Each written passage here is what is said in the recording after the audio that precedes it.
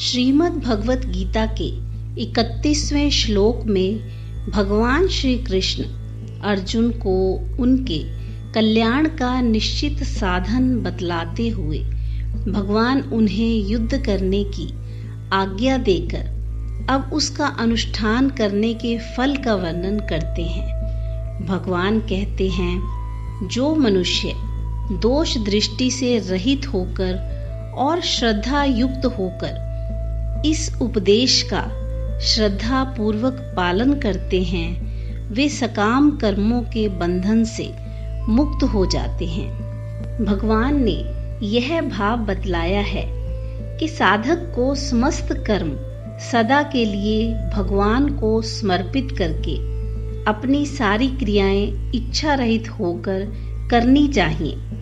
यह साधन किसी एक विशेष जाति या व्यक्ति विशेष के लिए ही सीमित नहीं है। इसमें मनुष्य मात्र का अधिकार है।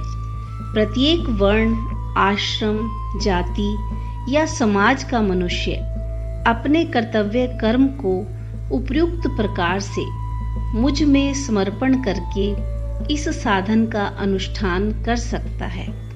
भगवान कहते हैं, इस साधन का अनुष्ठान वे ही मनुष्य कर सकते हैं जो मुझ में कभी किसी प्रकार की दोष दृष्टि नहीं रखते और श्रद्धा भक्ति रखते हैं। अतएव इस साधन का अनुष्ठान करने की इच्छा वाले को उपयुक्त गुणों से संपन्न हो जाना चाहिए। इसके बिना इस साधन का अनुष्ठान करना तो दूर, इसे समझना भी कठिन है।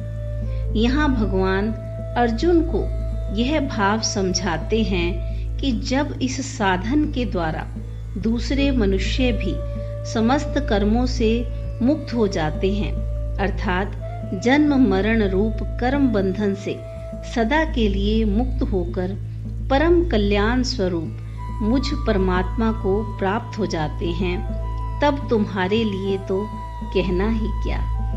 जय श्री कृष्ण।